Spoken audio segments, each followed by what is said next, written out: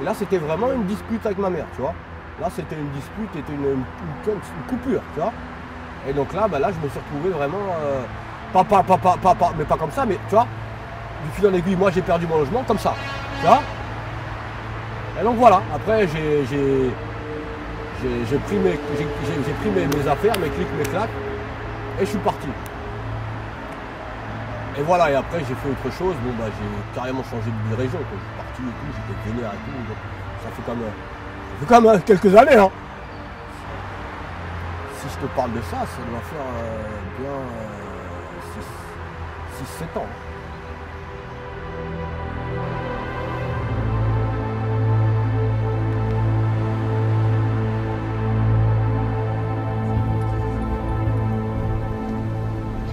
C'est le fait de la séparation, je me suis trouvé dans la rue complètement, donc j'ai fait les gares, les métros.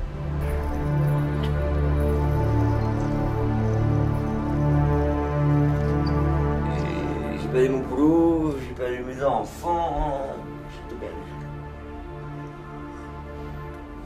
Et c'est comme ça que je me suis retrouvé dans la rue, au mois de novembre.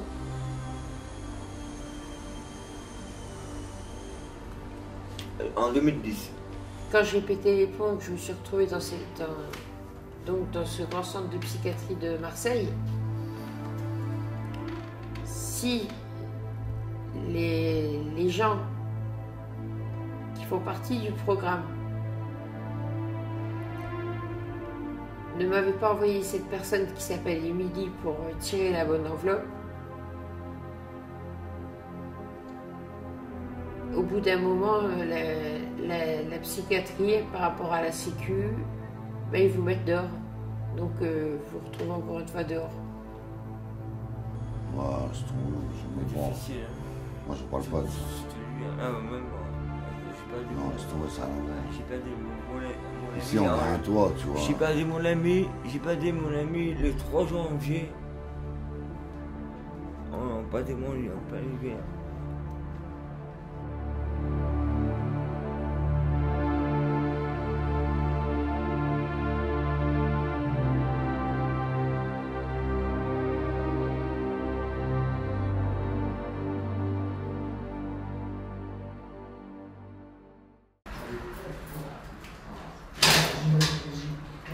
D'accord, ok, très bien.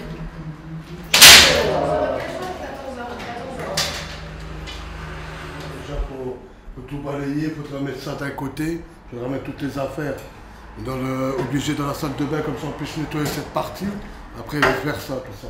Mais moi je pense pas on aura fini aujourd'hui à peut-être le nettoyage, mais pas la peinture, je pense pas. Quand j'étais hospitalisé, ça date de 2012, fin 2011 depuis 2012.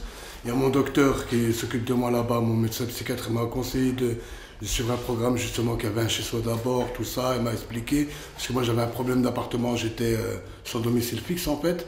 Et j'étais un marchand, il fallait trouver une solution pour que je puisse trouver un appartement, tout ça. Il m'a fait connaître avec un chez soi d'abord, tout ça, m'a expliqué que c'était pas vraiment sûr parce qu'il y a un tirage au sort, tout ça. Et après j'ai été tiré au sort. Et de là, après, ça a été très vite. En 15 jours, ils m'ont trouvé un appartement. Ça m'a permis de me stabiliser parce que j'avais des problèmes un peu psychiatriques, tout ça. Ça m'a permis de me stabiliser et puis de trouver des repères. Et maintenant, ça va mieux. Ça fait 2 ans que je suis avec eux. Je suis en fin de projet, en fait, avec eux. Je suis en fin comme un contrat, que je suis en fin de... Normalement, ça se concrétise après parce qu'au début, j'ai sous-loué l'appartement. Et si ça passe bien au bout des 2 ans, on paye le loyer, tout ça, comme on vous a expliqué, on peut garder l'appartement et puis après suivre le cours normal de la vie en fait.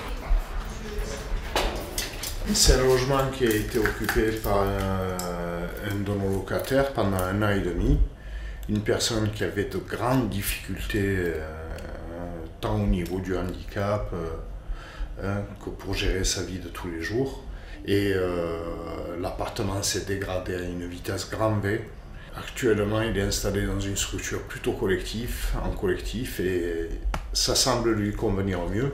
Le propriétaire du logement s'est retrouvé avec tout le syndic de l'immeuble sur le dos. On a eu des plaintes de voisinage assez importantes, notamment par rapport à des nuisances sonores la nuit, du passage, des allées et venues de personnes un peu considérées comme suspectes par le voisinage. Donc à partir du moment où le logement est repéré, après c'est très difficile d'organiser une médiation parce qu'au moindre petit fait et geste, les voisins ils sont très attentifs. Donc du coup, il y avait des gens qui rentraient, qui sortaient à n'importe quelle heure du jour et de la nuit et qui se trompaient d'appartement. Donc ils ont déjà reçu des gens chez eux qui venaient taper à 2 h du matin en disant on cherche monsieur nanana. Moi, ce que j'arrive pas à comprendre, c'est pourquoi on donne des appartements à des gens qui ne savent pas entretenir des appartements, quoi. Si vous venez chez moi, vous pouvez demander à Kader, c'est nickel, quoi. Et j'ai pas peur de mettre un coup de balai, un coup de serpillère, quand il le faut, quoi. Voilà. Voilà.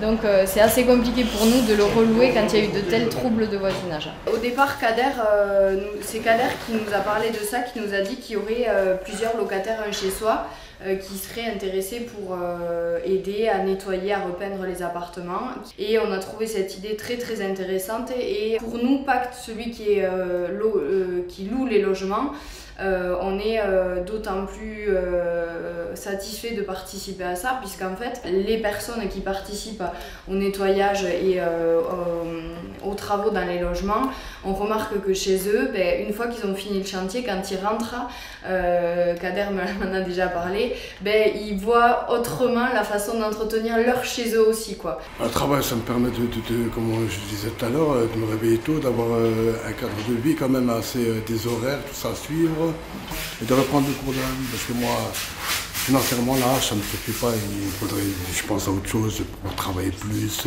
gagner plus aussi, pour comme tout le monde, quoi.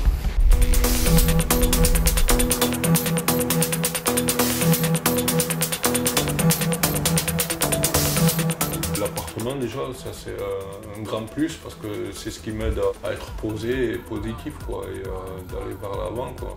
Je veux dire, aujourd'hui je peux effectuer mon loisir chez moi sans gêner personne. Là je vais rajouter un synthé.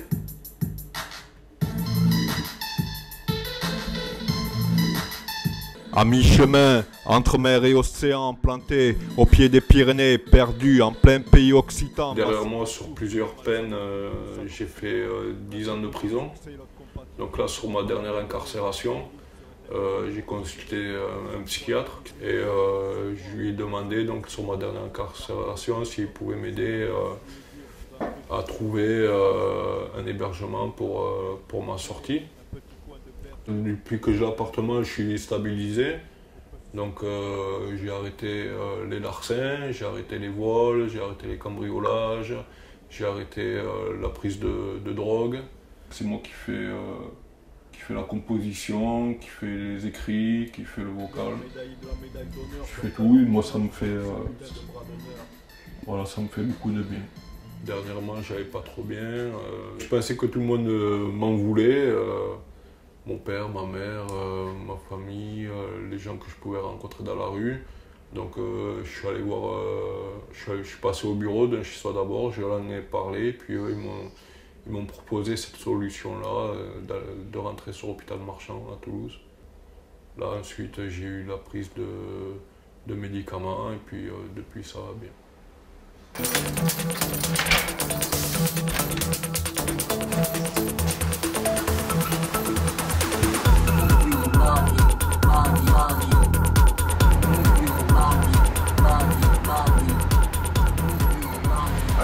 Bonjour, ça va? Voilà Ludo. Et donc Cyril, donc, je te parlais pour la soirée qui s'appelle le Samouraï Show. Bon, ça vient du slam, Samouraï Show. C'est un spectacle interactif où se mélangent des beatboxers, des rappeurs, des slammeurs. J'essaierai qu'il y ait 2 ou 3 passages par personne. Il faut amener son son sous forme de CD. Là, j'ai fait quelques sons en électro, techno et tout ça. Donc moi, j'aimerais pas diffuser ces sons-là durant la soirée et faire aussi une partie où je peux faire du slam ou du rap ou du freestyle. Ouais. Ludovic, bienvenue dans le Samouraï Show. Okay, rendez-vous le 3 novembre, mais un petit peu avant pour les balances. D'accord. Et voilà quoi. Mais merci de m'accueillir. Bah, c'est fait pour ça et ouais, enfin, rien n'est moins triste à l'âme que de faire une âme moins triste. Hein. D'accord. Voilà. Et pour tout le monde c'est pareil. C'est Paul Verlaine. Hein. Donc là je te mets un autre morceau.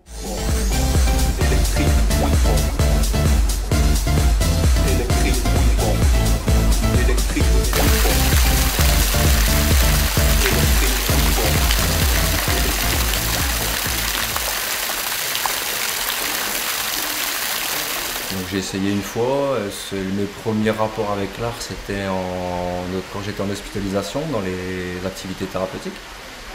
J'avais fait une, deux ou trois et j'avais une certaine facilité, j'avais l'impression de le faire.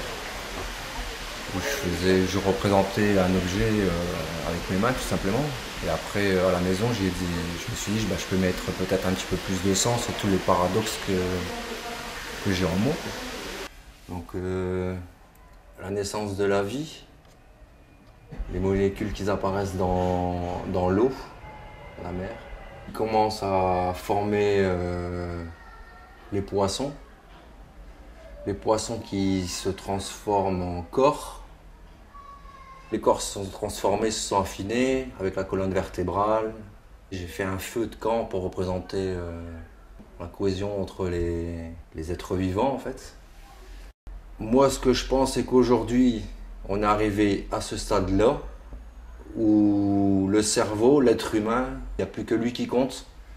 Et aujourd'hui, on est arrivé à un moment où on est arrêté, on est face à la nature, en fait, qui devient, elle, de plus en plus réduite, symbolisée ici par un seul arbre, en fait. Une fois que je suis sur mon œuvre, ça me détend, en fait. Et une fois terminé mon œuvre, je peux passer à autre chose. S'il y a un sujet bien particulier qui m'embêtait, une fois que j'ai réalisé mon œuvre, je peux passer à autre chose.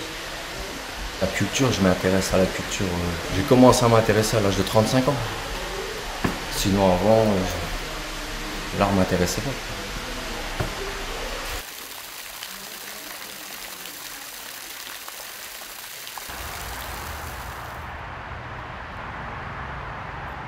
Ce qui est super chez toi, c'est que... Enfin, ce qui est super, bien sûr, c'est qu'en fait, on a quand même équipé la maison. On a été chercher quelques meubles, tu sais. Ils ont quand même... Ils ont contribué quand même. Tu vois, tout le monde a participé et tout. Bah écoute, je m'autogère. Hein. Je m'autogère, je subviens à mes besoins. Hein. Je subviens à mes besoins. Je trouve que je m'en sors pas mal. Je trouve que je m'en suis quand même très très bien sorti. Et que je pense que pour les mois à venir, c'est plutôt satisfaisant. C'est plutôt... ça m'enthousiasme, tu vois. T'as vu? C'est un autre cas encore, t'as vu? Où des fois je me pose le soir. Tu vois, le soir, bon voilà, le soir c'est mes coins. Je suis là et là-bas. Tu vois, ici je m'installe et tout. Je fais mes trucs, je lis mes journaux. Je fais mes trucs, j'ai mes papiers, mes stylos et tout ça, tous mes trucs pour fonctionner.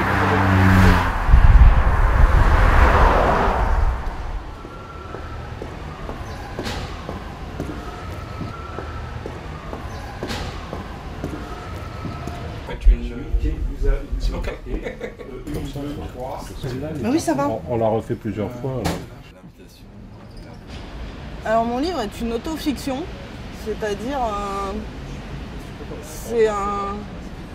c'est une vision romancée d'une histoire qui m'est arrivée.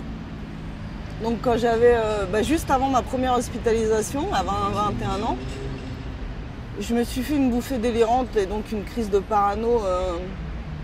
Et je suis partie avec mon petit baluchon et j'ai fait les routes de France avec le fric que j'avais pendant 3 semaines, un mois. Et ce livre, ça m'a permis de faire sortir ces expériences dont je parlais jamais, en essayant aussi de voir par les yeux de quelqu'un d'autre ce qu'est la maladie, quoi. Le groupe d'entraide mutuelle, ça m'apporte de voir des gens un petit peu, disons, qui comprennent la maladie mais qui sont pas perchés, quoi. Donc c'est bien parce que on arrive à avoir des discours cohérents sans être non plus hostile aux malades, parce que c'est vrai que quand on rencontre des gens normaux, enfin qui se croient normaux surtout, c'est un peu difficile d'expliquer qu'on est en invalidité, qu'on ne peut pas tout faire, que quand on est malade en fait, soit on va bien et on nous dit qu'on est assisté, soit on va pas bien et on nous prend pour des tarés et à ce moment-là, il faut même plus nous parler quoi. Donc dans les deux cas, de toute façon, on n'est jamais accepté légitimement quoi. Ben, le programme, l'intérêt, c'est qu'il réinsère dans la société et qui permet, avec juste la petite béquille de l'équipe, de retrouver une place normale dans la société, on va dire. On peut s'assumer en tant que malade psychique avec cette béquille, avec ce logement qu'on ne peut pas avoir, parce qu'avec la hache, on ne se paye pas un logement à Paris. Ça, c'est pas possible, vu que la hache, c'est le montant du loyer. Et avec le programme, on peut avoir un logement, donc retrouver une place dans la ville. Et on peut aussi évoluer en se disant, si je rechute, ils seront là pour moi. J'ai un film qui se superpose à la réalité et qui m'empêche d'agir dans le monde réel. Donc c'est comme un rêve éveillé, comme un rêve en plus de la réalité, et qu'on n'arrive pas à enlever le rêve revient et s'imprime par-dessus la réalité, et on se débat constamment entre ce rêve et cette réalité pour essayer de faire partir le rêve, mais c'est impossible sans traitement quoi. Voilà.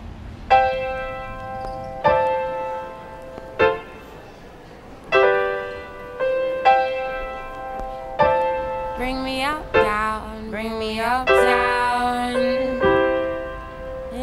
Et après, quand je me suis rendu compte, c'était en moi-même cette voix. Mais moi, je croyais que j'étais sur écoute après. Mais j'avais pas conscience que c'était une maladie, qu'on pouvait entendre des voix. Je savais pas ce que c'était la maladie schizophrénie. C'est quand j'ai rencontré le programme d'H chez soi d'abord, qui, entre guillemets, je remercie, parce que ils m'ont redonné la joie de vivre parce que j'ai un logement. Je suis autonome. Je peux faire les choses que tout le monde fait, se lever le matin, déjeuner, se laver, faire ce que tout le monde fait. C'est pas pareil quand tu es dans la rue. Donc, et puis quand j'ai rencontré cette association-là, au fur et à mesure du temps, ma psychiatre, elle m'a expliqué que vous êtes schizophrène. Au début, il m'a dit, je m'appelle Nasser. Je me suis dit, écoute, ta voix, c'est pas une voix de Nasser. Il m'a dit, non, je m'appelle Benjamin, je travaille dans les renseignements généraux. Donc c'est tout ce qu'il m'a dit. Et après, on est devenus les meilleurs amis du monde. Donc j'étais à la rue, visiblement les gens ils me voyaient seule, mais moi dans ma tête, j'étais pas seule. J'étais accompagnée dans ma vie, je rigolais, je m'amusais. Comment te dire, c'était une bonne compagnie, quoi. C'était une bonne compagnie. Et puis là, je vais dans les réunions d'entendeurs de voix et je leur explique. Je leur explique que c'est une voix positive. Et je pouvais le dire à personne parce qu'ils vont croire que tu es malade, que tu es fou, que tu n'es pas bien, qu'il faut aller te faire soigner. Mais je me fais soigner, je suis sous traitement. Mais elle est toujours là, cette voix.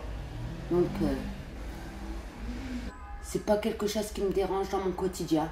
Ça m'empêche pas de me lever, de me laver, de faire mon quotidien, d'accueillir des gens, ma famille, d'accueillir mon fils, m'amuser avec lui. Je le vois tous les jours, quotidiennement. Je le vois pour 1 heure, pour 2 heures. Il y a des moments où il mange avec moi. Il y a des moments où il dîne avec moi. Il déjeune avec moi. Ou bien il prend tout simplement son goûter. Le père de mon fils m'a dit, c'est toi sa mère. Peu importe où que tu sois, tu seras sa mère. Donc, que j'avais un logement ou pas, il m'aurait toujours trouvé une solution pour éventuellement voir mon fils tous les jours. Même à l'hôpital, il me le ramenait tous les jours.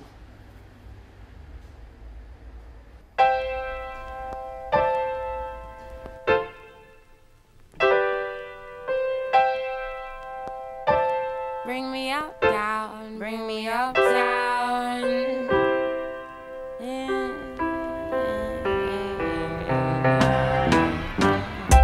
Bring me uptown, won't you bring me up? Bring them all around so they see me work. Bring me uptown, won't you bring me up? J'ai connu le H chez soi d'abord Et depuis la rencontre, tout a changé pour moi. Parce que de rien, je me suis retrouvé avec un toit sur la tête. Le chez soi, il nous aide à carrément nous intégrer et à avoir nos propres logements. Et chose qui m'a aidé, parce qu'ils m'ont sorti de la rue. Une fois qu'on a le logement, si on paye le loyer et qu'on garde le logement propre, il n'y a pas de souci, quoi. Et on est suivi, ils viennent nous voir une fois par semaine. Et là, avec eux, on voit si on a besoin de quelque chose, s'il nous manque quelque chose. Et voilà, ils voient si aussi au niveau de la santé, ça va, quoi. Bah, en fait, maintenant que j'ai le logement, il me manque plus que le travail. Pôle emploi, j'y suis inscrit, mais mis à part mes recherches personnelles, il n'y a rien. Et encore, moi, dans mon domaine, il n'y a pas tant d'offres que ça. Donc, c'est pas évident. Et Working First, justement, sont là pour nous aider à trouver les sociétés qui correspondent à nos domaines et à nos recherches. Le CV, là, il est mis à jour. D'accord, ouais. Du coup, ça c'est bien parce qu'au moins on peut rentrer dans les démarches un peu plus actives, c'est-à-dire aller déposer des CV. Donc, le programme Work First, c'est un programme qui a été mis en place aux États-Unis dans les années 90. Déjà et moi-même, on est partis à Montréal pour se former. Donc, le principe du programme Work First, c'est un accompagnement à l'emploi et dans l'emploi à durée illimitée. En milieu ordinaire, c'est-à-dire qu'on ira chercher du travail auprès des entreprises du marché du travail classique. Est-ce que toi tu as une idée de où est-ce que tu auras envie de travailler, dans quelles entreprises tu aimerais travailler? Bah, je vais essayer les entreprises dans lesquelles j'ai déjà travaillé pour voir s'ils ne recherchent pas en ce moment déjà. Ouais, super. Et sinon, d'autres entreprises d'espace vert, quoi, parce que je recherche dans ce domaine-là et pour le moment, j'ai toujours envie de travailler dans ce domaine, quoi. Moi, j'étais pas un clochard, mais presque. Mais c'est vrai que j'étais dans un état d'esprit sombre. C'est-à-dire que j'avais pas de lumière qui me guidait, quoi. Bah, la lumière, c'est le chez soi d'abord, c'est le Working First. Et c'est tout ce qui environne tout ça, quoi. Tout ce qui m'a permis de m'en sortir à l'heure actuelle.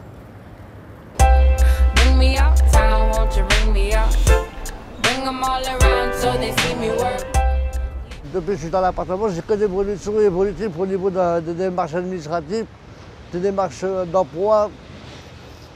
J'ai même une promesse d'embauche par ANESAT. Ils étaient très satisfaits de moi parce que je me suis accroché, je me suis battu pendant 15 jours. C'est le livret de sage. Avec les remarques très satisfaits, contents de mon travail.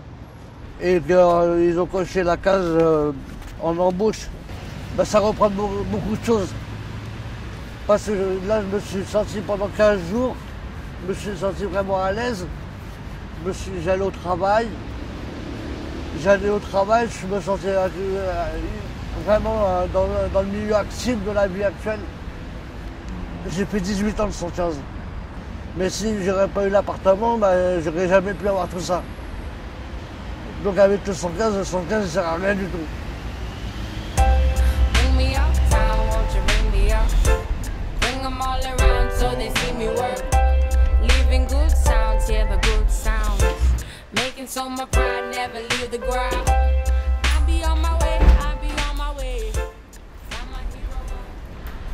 Le logement m'a énormément aidé. Comme je vous en avais parlé, j'ai eu un passé assez difficile.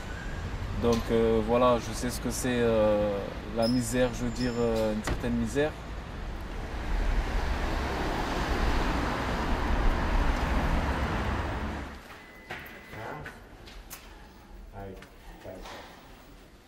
Bonjour.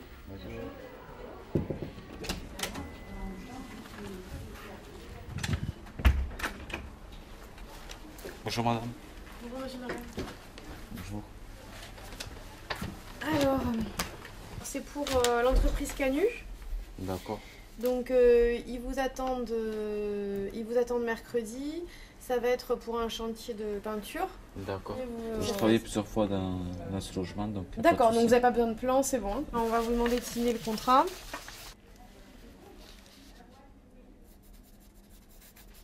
Voilà, merci. Il y a un exemplaire pour vous. Et puis il y a un exemplaire... L'intérim, ils sont fiers de moi. D'ailleurs, ils me le disent tous. Parce que je bosse bien, tout ça. Et ça me rapporte le bonheur, moralement. Bon, bah bonne mission. Merci. Merci. N'hésitez pas, s'il y a quoi que ce soit, vous D'accord. nous appelez. Je vous souhaite bonne journée. Merci, à bientôt, au revoir. Merci, à bientôt. Au revoir. Et financièrement, ça y contribue aussi. Malgré que je touche une pension d'adulte handicapé, financièrement, je ne travaille pas, mais moralement, je veux travailler parce que moi, ça m'aide, ça m'occupe, je bricole, j'aime bien bouger, j'adore le sport. Et c'est pour ça, et ça me fait un plus pour mes enfants aussi, parce que le monde du travail, c'est le monde de la vie, en fait, en général, je pense. Parce que moralement, ça change les idées, parce que de rester sans rien faire, c'est très très difficile. Sans santé, on ne peut pas réussir. Avec la santé, on peut bouger. Voilà. Donc la santé, c'est très très important, alors, donc il faut vraiment se soigner si nécessaire. Voilà. Voilà ce que j'ai à dire. Mon rêve qui se réalise, ça serait d'avoir juste mes enfants pour les vacances. Voilà. Maintenant que je suis vraiment prêt à les accueillir. Sinon, quand j'étais à la rue, tout ça en galère, non, je voulais pas. Mais maintenant, oui, je peux me permettre d'être devant la juge des affaires familiales en lui expliquant, voilà, j'ai tout pour les accueillir, j'ai un logement commode, j'ai ce qu'il faut et je suis prêt à les accueillir comme à l'époque où j'avais un logement et tout ça. Ça s'était bien passé, donc il n'y a pas de souci pour ça.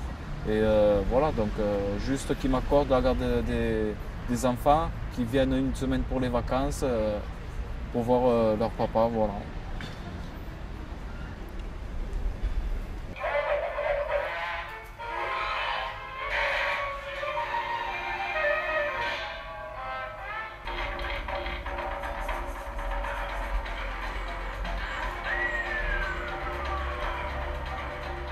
Déjà, j'ai mon appartement. Je paye même une petite télé. C'est pas comme. Puis on n'est pas à plusieurs, quoi. Ça, c'est ce qui me plaît bien. Chacun chez soi. Il n'y a pas de problème. Je les vois une fois par semaine. C'est pas trop. Je suis pas emmerdé. Ça se passe bien avec eux. Un an, ça m'a aidé, le 115, ça sert à rien. Puis la rue, j'en avais marre, j'en ai fait 14 ans. Donc. Puis ils ne donnent pas d'appartement, le 115, hein. C'est que des foyers. Non, je préfère ici, c'est mieux. Hein. Moi, j'ai ma liberté ici. Si j'ai envie de partir, je peux. Ah là, puis que je suis avec chacun chez soi, bah, j'ai arrêté là, le pastis. Ouais, je bois encore un peu de bière, mais pas tous les jours. Je bois pendant 3 jours, un petit peu. Et je me force à manger même quand j'ai pas faim.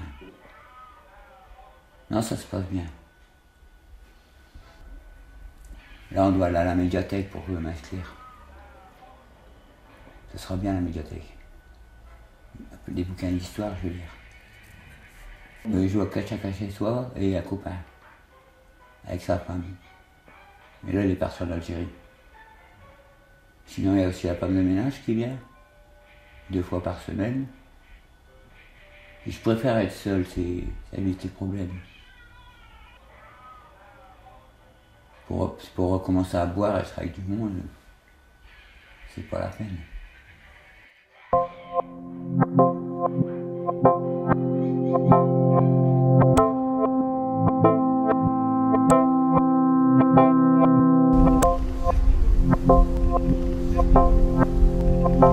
C'est dur, hein, c'est délicat.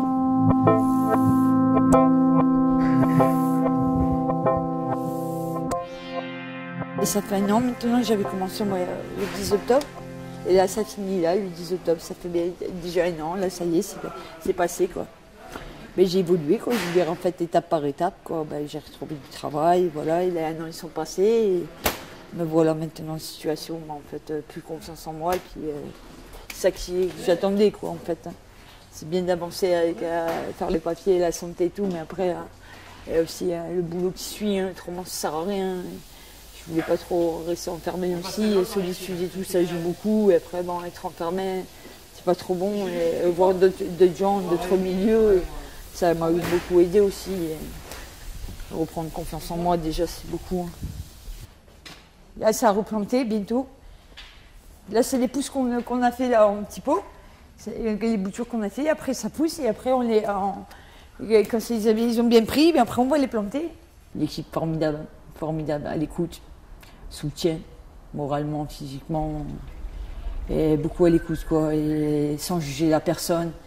Et ça m'a beaucoup aidé, quoi, parce que ils sont pareils que nous, quoi. En fait, ils sont pas au-dessus, ils se tapent pas au-dessus, dire moi je suis, non, loin de là, quoi. En fait, on les tutoie, on les voit, on peut parler de tout.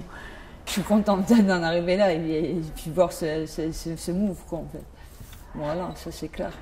J'avais déjà décidé en partant, en m'engageant avec eux, et je savais où j'allais. Autrement, si j'étais un peu perdue, je ne sais pas si j'aurais avancé jusque-là. J'ai plus de peur, j'ai plus de doute, je suis capable. Et puis je suis rentrée dans la société, et déjà rien que ça, je suis plus exclue, rien que ça, c'est un fardeau que franchement, là je suis contente, j'ai un salaire. Bring them all around so they see me work. Leaving good sounds, yeah, the good sounds. Making so my pride never leave the ground. I be on my way. Got my hero on, trying to save the day. Living for the king, living for the king. Hope to see the day that the kingdom reigns. I know you can see the light that shines through these rays. I'm spreading my peace. I hope you take this from me. You come alive and hear the wonders.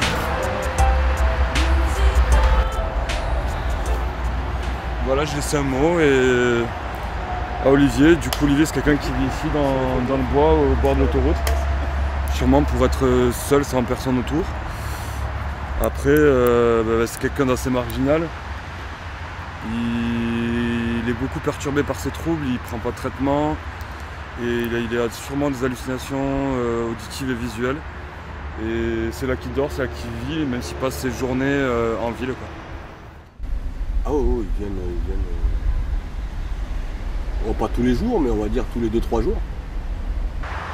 Si tu veux, en fait, moi, ce que j'aime ici, c'est qu'ici, tu as la tranquillité, tu vois. Ici, il n'y a absolument personne qui vient ici. Ici, c'est calme tout le temps, tout le temps, tout le temps.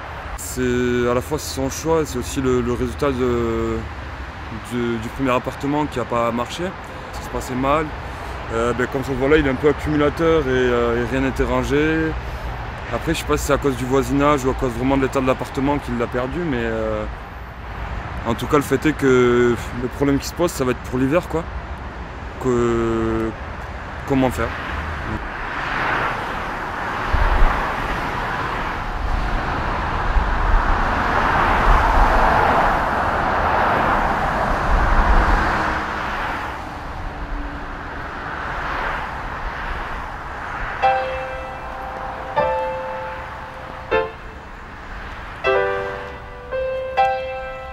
Ça a fonctionné? Ouais. Bring me up, down, bring me up, down.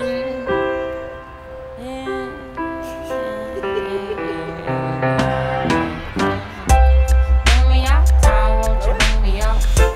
Bring them all around so they see me work. Bring me up, down, won't you bring me up? Let me tell you my story. Bring me up, down, won't you bring me up? Bring them all around so they see me work. Leaving good sounds, yeah, the good sounds. C'est surtout moi, c'est pour moi quel plaisir, c'est sûr. Ce serait plutôt à moi de te prendre en photo là.